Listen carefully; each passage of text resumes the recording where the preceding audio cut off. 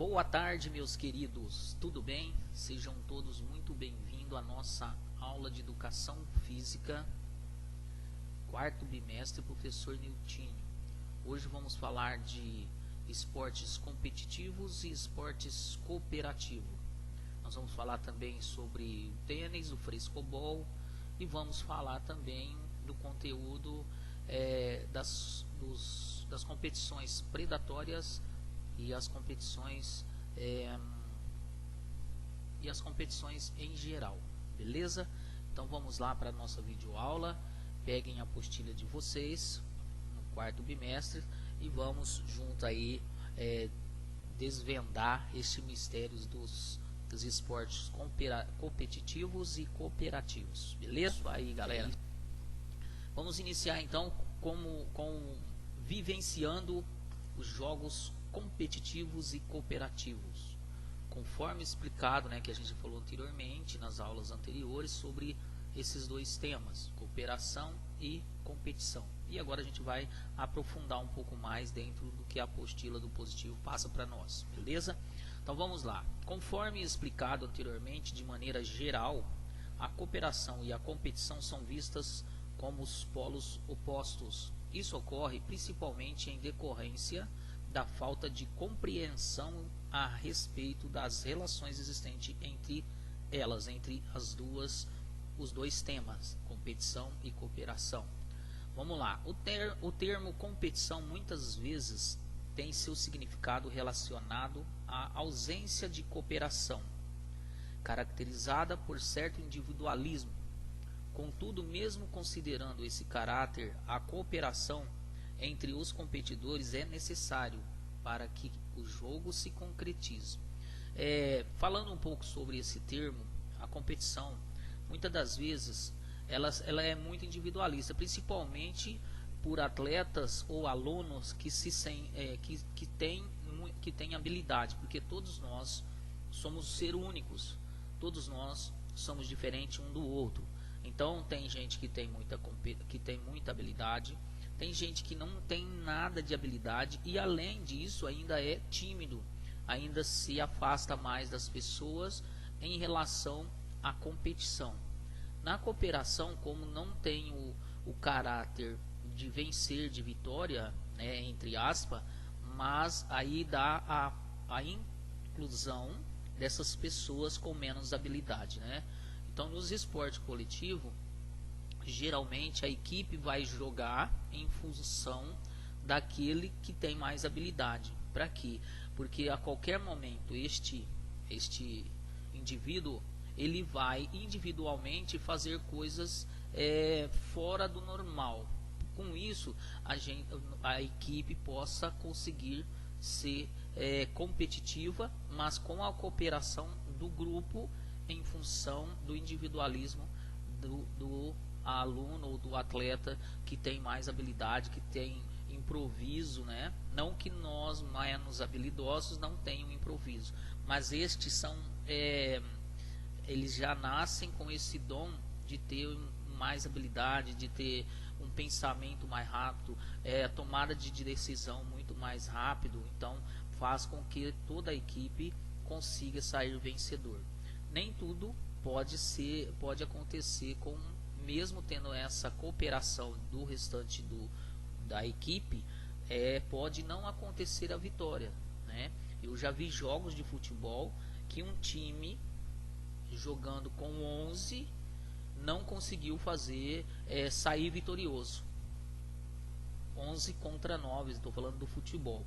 11 jogadores, 11 atletas de alto rendimento, de equipe de Série A, não conseguiu fazer o gol no outro time que estava com 2 jogadores a menos. Então, pessoal, na escola, nas nossas aulas de educação física, o importante não é só vencer, o importante é competir, o importante é entender a parte de competição, a parte de cooperação, a parte de inclusão social. Tudo isso é importante para que possa acontecer uma partida ou uma vivência de extrema importância e que vocês possam ter o maior proveito nesses poucos minutos que a gente fica junto na quadra de esporte. Beleza? Espero que vocês possam estar entendendo.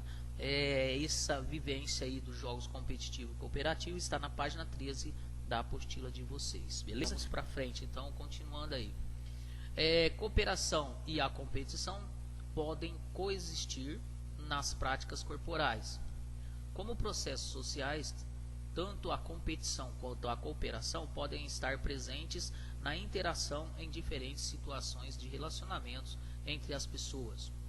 O espaço em que muitas situações competitivas e cooperativas são privilegiadas é o universo formado pelas diferentes práticas corporais, como jogos, esportes, ginásticas, danças, lutas e outros. Leia um trecho do texto de Rubem Alves em que o autor se refere ao antagonismo entre o tênis de campo e o frescobol. Então, pessoal, só resumindo aqui a parte de cima, então a cooperação e a competição estão sempre juntos, certo? Mesmo se você está jogando, disputando uma partida individual que fala do tênis, não sei se o texto vai falar isso, mas a gente vai entender agora mesmo. O tênis ele é individual, em dupla, né? Então, se você está individualmente jogando, você tem que ter a cooperação do boleiro, do menino que vai lá pegar a bola, né? Você tem que ter a cooperação do árbitro para marcar as regras corretas para os dois, né? Os dois adversários. Você tem que ter um material específico para você estar disputando. Então tem que ter a cooperação não só do ser humano, mas dos materiais, das coisas. Uma quadra excelente, o público tem que cooperar fazendo silêncio para que vocês possam conseguir fazer disputar essa partida com êxito, né? Não quer dizer que você, com toda essa cooperação e mais a sua competitividade, possa fazer com que você saia vencedor, mas você está fazendo de tudo, usando as suas estratégias, suas técnicas, suas táticas para sair vencedor, né? Então é isso aí que a gente está tentando passar para vocês entender como vai ser o processo da vida quando vocês estiverem na parte profissional, né, que vocês forem trabalhar, que também está a competitividade de todos esses processos que nós estamos comentando aqui nesta videoaula, beleza? Então vou ler um trechinho aqui do texto e provavelmente ele segue no outro slide. Esse texto está na página 14 de vocês aí, beleza? O tênis é um jogo feroz. O seu objetivo é derrotar o adversário e a sua derrota se revela no seu erro. Então, aquilo que eu comentei antes. Então, tudo que você vai fazer em prol da sua partida, você não quer dizer que você vai ser perfeito. Pode acontecer o erro. E nesse erro você pode sair derrotado.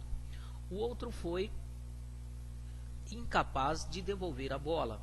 Joga-se tênis para fazer o outro errar. O bom jogador é aquele que tem a exata noção do ponto fraco do seu adversário. E é justamente por aí que ele vai dirigir a sua cortada. Então, vamos lá. Qual que que você vai ver o ponto fraco do seu adversário? Provavelmente você vai estar sabendo que o seu adversário da próxima partida, você terminou a partida, se você foi vencedor, você passa para outra fase. Nessa outra fase, você já vai estar sabendo com quem você vai estar jogando, duelando. E aí, o que você tem que fazer? Pedir, ou você mesmo, investigar ou fazer uma leve pesquisa, ou uma breve pesquisa do seu adversário, sabendo o ponto fraco dele, o ponto forte, se ele tem um saque forte, se ele tem uma cortada forte, se ele dá muito slice, se ele faz jogada mais calma, tudo isso você já vai ter que estar sabendo do seu adversário. Como o profissionalismo, eles têm umas multifunções, né? Multifunções e multiprofissionais. Por exemplo, eles têm a pessoa que vai analisar o seu adversário, vai passar para você já, o ponto fraco dele é esse, o ponto forte dele é esse. Se você sacar na direita fica mais fácil, se você sacar na esquerda fica mais difícil, ele tem mais facilidade de chegar próximo à rede. Então tudo isso aí faz com que você possa sair vencedor, mas não quer dizer que você vai ser vencedor, certo? Mas você tem que estar sabendo todos os benefícios e os malefícios do seu adversário, beleza? Palavra muito sugestiva que indica o seu objetivo sádico, que é o de cortar, interromper, derrotar. O prazer do tênis se encontra, portanto, justamente no momento em que o jogo não pode mais continuar, porque o adversário foi colocado fora do jogo. Termina sempre com a alegria de um e a tristeza de outro. Isso faz parte da nossa vida. Por exemplo, quando você for fazer o vestibular, você vai ver que se você não conseguir aquela vaga que você tanto almeja, que você tanto preparou, você vai ficar triste. Mas não é motivo de você desistir.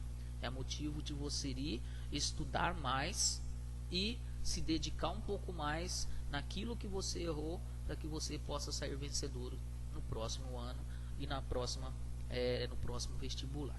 Beleza? Vamos lá, aqui está na página 14 de vocês aí, vamos para frente. E a continuação que eu falei para vocês no slide anterior é sobre o frescobol que a gente vai falar agora. No início da videoaula também comentei com vocês que nós iríamos falar sobre o frescobol, certo? Frescobol se parece muito com tênis, 2 jogadores, 2 raquetes e uma bola. Só que para o jogo ser bom, é preciso que nenhum dos dois perca a bola. Veio meio torta, a gente sabe que não foi de propósito, e faz o maior esforço do mundo para devolvê-la gostosa no lugar certo, para que o outro possa pegá-la. Não existe adversário, porque não há ninguém a ser derrotado. Aqui ou os dois ganham, ou ninguém ganha, ou ninguém fica feliz quando o outro erra, pois o que se deseja é que ninguém erre. Então o frescobol ele se assimila o jogo de tênis, só que ele já é um jogo mais cooperativo, mais diretamente cooperativo, porque ninguém perde, ninguém fica triste, ninguém fica feliz. Então o objetivo é diversão, né? Então eu acho que o texto fala que ninguém fica feliz, né? Porque se você está torcendo para uma pessoa e essa pessoa perde, você não vai ficar feliz por ela ter perdido. Então todos ficam alegres quando todos acertam, certo? Então os dois aqui, o objetivo é não deixar a bolinha cair. Então não marca ponto, não marca nada. Então eles vão analisar quanto tempo eles vão ficar tocando a bola para lá e para cá nessas raquetes sem deixar ela cair, né? Então aí os dois jogadores ganham e os dois ficam felizes ao mesmo tempo. Mas se um perder a bolinha, eles vão lá, pega a bolinha e volta novamente às atividades aí do frescobol, tá certo? É um jogo que se joga muito, se você vê jogar muito na praia, né? E às vezes no campo, assim, no clube, né? Então é isso aí, beleza? Se vocês quiserem aprofundar mais, é só pegar aí o livro do Rubem Alves, tá aí a fonte embaixo, www.rubensalves.com.br/site/10+-06php, beleza? Aí é só vocês entrar no site que vocês vão aprofundar um pouco mais dentro desse esporte frescobol. Página 15 da apostila de vocês. Considerando, agora nós vamos refletir aqui, tá? Considerando as ideias apresentadas no texto, converse com um colega para responder a seguinte questão: você concorda com contrastes estabelecidos pelo autor entre os aspectos competitivos do tênis e os aspectos cooperativos do frescobol?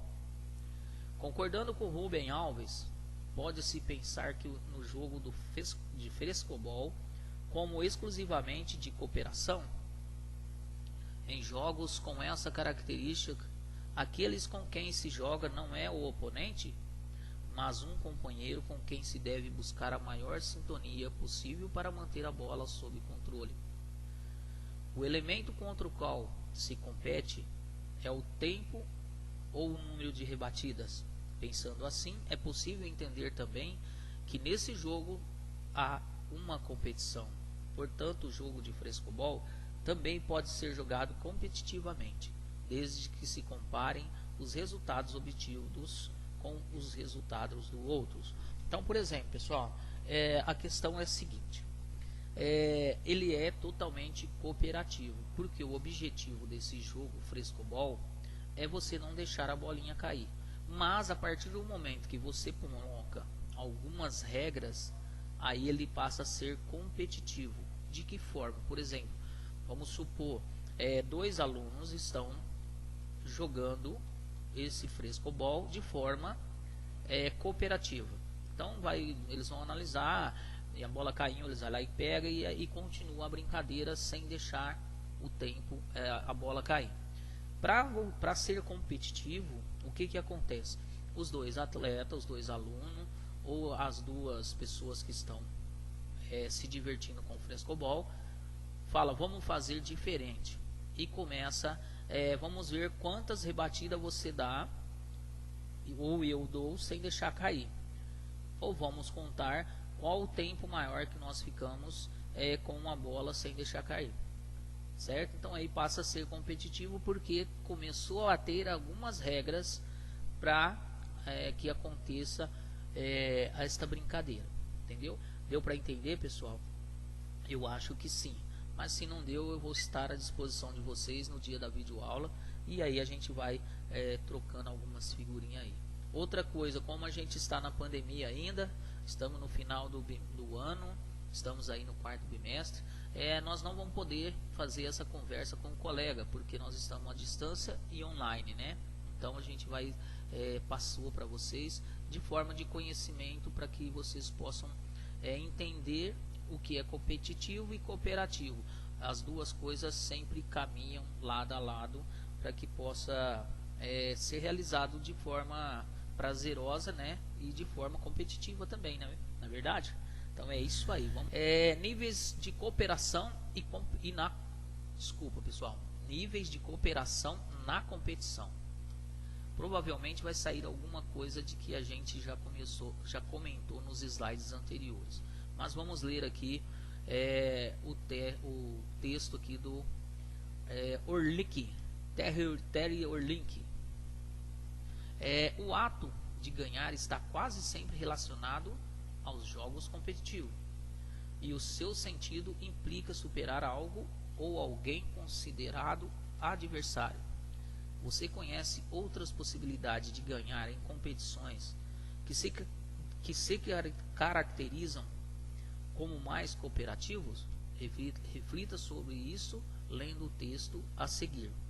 E verifique que o pesquisador Terry Orlick pensa sobre as relações entre competição e cooperação. Pessoal, esses dois temas é muito polêmico. Tem muitos caminhos. Cada autor ele fala de uma forma. Cada autor ele vê de uma forma totalmente diferente de outro autor. Por isso é que tem que pôr a fonte quando a gente faz um trabalho e tira algumas citações de algum autor. Porque se você cita uma coisa de um autor, não quer dizer que aquilo está corretamente certo. Porque o outro autor com o mesmo tema, ele vai ter uma visão diferente, tá certo? Então vamos lá. Os jogos competitivos nas culturas cooperativas não parecem constituir um grande problema, porque vencer nunca é uma questão de vida ou morte, embora o jogo seja estruturado de forma competitiva. Os jogadores o encaram de uma maneira amistosa e cooperativa, embora os indivíduos possam se esforçar para fazer o melhor possível. Não há vergonha pelo fato de alguém se sair melhor e nem há qualquer animosidade contra os adversários. Eis uma competição saudável e mutuamente reforçadora. Se fôssemos capazes de manter este tipo de perspectiva em nossos jogos cooperativos e na vida competitiva, não teríamos os problemas que agora são evidentes. Talvez quando os membros da nossa sociedade estiverem socializados para uma índole mais cooperativa e humanista, seremos capazes de usar os jogos competitivos de uma maneira amistosa e jovial. Infelizmente ou felizmente, pessoal, esse finalzinho do texto aqui é impossível. Por quê? Nós, seres humanos, já nascemos competitivos. Somos competitivos por nascença, né? Então, tudo isso, pessoal, vem de encontro com aquilo que eu falei para vocês. As duas coisas andam junto. Mas atleta de alto rendimento, extremamente competitivo, é muito difícil ele aceitar quase as cooperações. Mas ele tem que aceitar, porque senão ele não consegue colocar em práticas as suas regras, as suas táticas, as suas técnicas, para que ele possa fazer uma excelente partida, certo? E os adversários também vai estudar, cada um estuda o outro. Por exemplo, vamos supor, um aluno vai jogar do 6º ano, vai jogar com um aluno do 5º ano ou do 7º ano. Ele tem que analisar se aquele menino, se aquele aluno, quais são os pontos fracos e fortes dele. Para isso, teve a cooperação de alguém ou dele mesmo de pesquisar alguma coisa relacionada àquele aluno. Perguntar para o amigo: você já viu que menino jogar? Você já viu que menino fazer isso? Aí a gente sabe que ele tem um ponto fraco e forte, né? Então, por exemplo, tem atleta que dribla muito pela esquerda, tem atleta que dribla muito para a direita, tem atleta que tanto para a direita como para a esquerda ele também faz muitas habilidades, ele tem muita habilidade tanto na direita como na esquerda. Tem atleta que só tem um chute forte, tem atleta que chuta fraco, mas ele consegue colocar, como nós estamos falando de futebol, ele consegue colocar a bola aonde ele quer. O jogador de tênis, ele consegue bater na raquete, que a bolinha vai com muita força, 300 km por hora, mas também ela pode ir a 60 km por hora, que ela cai próximo à rede, dificultando o adversário. Então, tem vários de cooperação e tem várias para ser inserido na competição, beleza? Esse texto está na apostila de vocês. Com base nesse ponto de vista, podem-se conhecer a cooperação e a competição não como processos contrários ou opostos, mas complementares, visto que para existir a competição é necessário um adversário ou oponente, mesmo que não seja outra pessoa, outro grupo ou outra equipe. Como em uma competição cujos participantes são todos de uma mesma equipe jogando contra o fator tempo. Portanto, podem ser verificados diferentes níveis de cooperação nas competições, desde um significado, presença de aspectos cooperativos, até que a sua quase inexistência. Então, olha só, é aquilo que a gente comentou no slide anterior. A cooperação, ela tem a presença significativa nas competições, entendeu? O aspecto cooperativo está ligado nas competições, tá certo? Então é isso aí que a gente está passando para vocês, a importância da cooperação nas competições e a importância de vocês entenderem um pouco sobre esses dois temas, cooperação e competição. Agora vamos falar sobre as estruturas de competições solidárias em um jogo e esporte, em jogos e esportes. Aqui tem um gráfico, né, ou um mosaico que tem os tipos de competição. Aí do lado, você olhando de frente a imagem, do seu lado esquerdo tem competição solidária e competição mais cooperativa. Do lado direito, você olhando a imagem, tem competição predatória e competição menos cooperativas. E para abaixo tem onde que está a página 16, assim um pouquinho, os níveis de cooperação. Então vamos lá nas estruturas. Os níveis de cooperação determinam o tipo de competição que será realizado. Veja a representação no esquema ao lado. Dependendo do nível de cooperação, a competição será mais ou menos dotada do princípio agonista ou antagonista. De acordo com o esquema apresentado, os conceitos de competição predatória e de competição solidária estão associados aos níveis de cooperação menor e maior, respectivamente. No entanto, esses dois tipos de competição são extremos e opostos, sendo possível encontrar diversas possibilidades entre eles com intensidades cooperativas de cooperação variáveis. Então, por exemplo, todas as competições ela tem que ter cooperação. Tem competição que você tem que ter mais cooperação, e tem competição que você tem que ter menos cooperação, né? Aí já vai mais do individualismo dos atletas que se acham que são os melhores e vai ver, eles são os melhores. Então tem tudo isso nas competições. Então tem competição que tem mais cooperação e tem competição que tem menos cooperação. Então a que tem mais cooperação, ela é solidária, e a que tem menos cooperação, ela é predatória, né? Então são esses níveis de competições que a gente tem aí, e está na página 16 de vocês. Agora aqui o autor já fala para nós o que quer dizer as duas coisas: competição solidária e competição predatória. O valor maior do jogo não está no resultado, mas no próprio ato de jogar. O prazer de ganhar não é maior do que o prazer de estar em jogo. A cooperação entre os jogadores é maior, dando a eles maiores possibilidades do exercício de suas capacidades. Perder não tira a autoestima de ninguém. Pelo contrário, estimula a procurar formas de superação para o próximo momento. Tem-se a noção de continuidade e não de fim, pois o aprender a jogar não termina quando o jogo acaba. Vai além. Cada jogo é um recomeço com possibilidades de aprimoramento. Isso nós comentamos de forma diferente nos slides anteriores. Então, perder faz parte da nossa vida, né?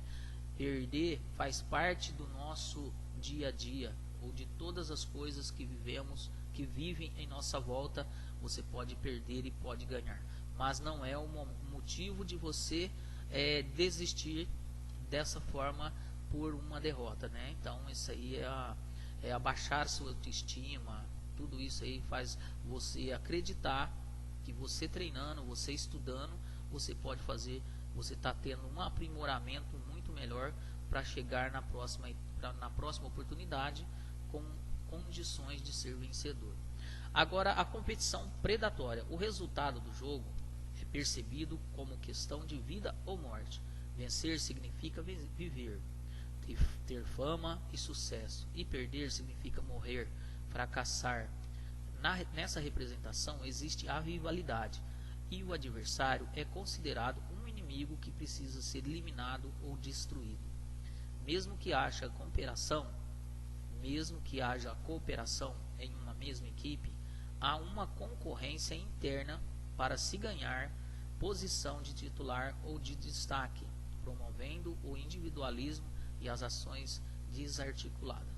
Então, pessoal, aqui já está falando das competições de alto rendimento. A predatória é de alto rendimento, de atletas treinados para isso, para vencer. Atletas treinados para derrotar qualquer adversário. Mas o seu adversário também ele vai estudar você para te derrotar, para dificultar a derrota ou a sua vitória. Isso é uma competição predatória, uma competição de alto rendimento. É a competição que tem as multifunções que eu comentei com vocês anteriormente, que tem psicólogo, tem massagista, fisioterapeuta, nutricionista, preparador físico, técnico, tem diretores responsáveis para avaliar o adversário, avaliar os pontos fracos. Então, essa competição predatória, ela é exclusivamente, olha para vocês verem aí no início do texto, que é vivida ou morte. Vencer significa viver, né? Comentei com vocês que teve uma equipe de futebol, duas equipes de alto rendimento, equipes da Série A do Campeonato Brasileiro, que uma equipe estava com 11 jogadores completo e o outro time estava com 9 jogadores. E esses 9 jogadores, eles não saíram perdedor, mas não saíram também vencedores. Eles empataram. Mas olha para vocês verem a diferença. que quando você treina, estuda o adversário, dificilmente você vai sair derrotado. No mínimo você vai sair, você vai conseguir um empate, né? E aí, se não tiver nenhuma falha, se for tudo treinado, tudo certinho, é difícil a equipe que está no mesmo nível conseguir vencer o adversário, tá certo? Então, competição solidária é uma competição cooperativa que tenha mais cooperação, né? Tem o prazer de jogar, o prazer de estar em jogo, e o outro não. É uma vida ou morte, tá certo? É sucesso, é ter fama. Então aí, vamos supor, um atleta está na reserva, o que ele vai fazer? Ele vai mostrar nos treinos que ele tem condição de ser titular. Então isso vai virar uma rivalidade interna. E também tem as rivalidades externas. Por exemplo, vamos falar aqui do nosso campeonato brasileiro de São Paulo. São Paulo tem Corinthians e São Paulo, Corinthians e Palmeiras. É uma rivalidade que até hoje não liberaram as torcidas. As torcidas, quando um time está jogando com o outro e é na casa, vamos supor, São Paulo e Palmeiras é no Morumbi, só vai a torcida do São Paulo. Se é no Allianz Parque, só vai a torcida do Palmeiras, certo? Por quê? Porque já teve morte relacionada a essa individualidade que existe entre individualidade e a individualidade e a rivalidade que existe entre esses clubes de todos os estados. No Rio Grande do Sul existe o Grêmio e o Internacional, também são rivalidade. No Rio de Janeiro o Fluminense, Flamengo e Vasco também tem suas rivalidades. Então todos os estados têm essas rivalidades. Por quê? Porque aí já entra